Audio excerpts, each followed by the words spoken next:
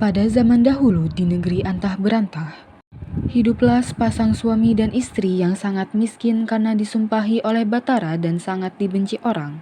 Setiap kali mereka mengemis di pasar dan kampung, mereka dipukuli dan diusir hingga ke hutan.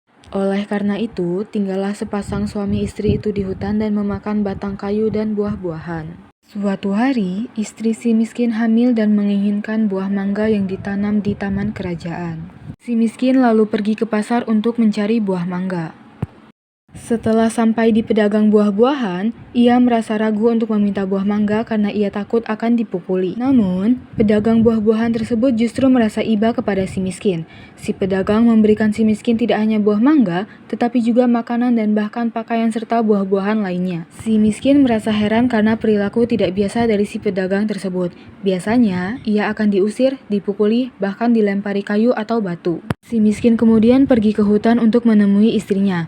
Dengan senang hati, ia mengabari istrinya apa yang sudah ia dapatkan. Tidak disangka, istrinya malah menginjak-injak apa yang ia peroleh sambil menceritakan apa yang terjadi.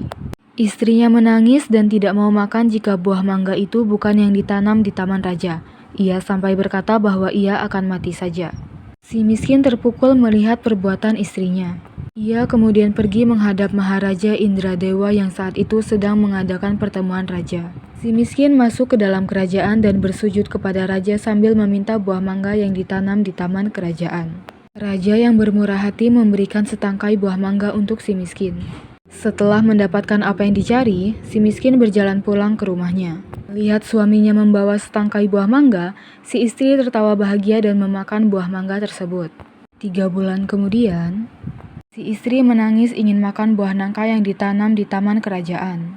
Dengan cara yang sama, si miskin berhasil mendapatkan buah nangka yang ditanam di taman kerajaan itu untuk istrinya yang sedang mengidam. Selama istri si miskin hamil, banyak makanan, pakaian, beras, dan peralatan yang diberikan kepadanya. Pada suatu malam, ketika bulan sedang bersinar dengan terang, istri si miskin melahirkan seorang anak laki-laki yang memiliki paras rupawan. Anak itu diberi nama Marakarma, yang memiliki arti sebagai anak di dalam kesulitan.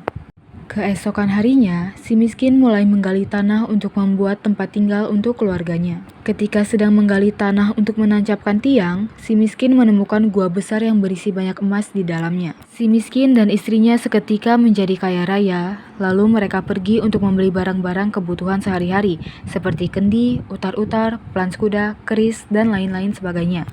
Setelah kembali dari membeli barang-barang tersebut, si miskin mandi dengan jeruk nipis dan menimang anaknya. Lalu ia berharap negeri di hutan ini menjadi negeri yang lengkap dengan kota parit dan istana serta materi rakyat dan semua raja-raja besar. Terkabullah harapan itu dan si miskin menjadi raja dan berganti nama menjadi Maharaja Indra Angkasa dan istrinya berganti nama menjadi Ratna Dewi. Kemudian negeri itu dinamakan Puspasari.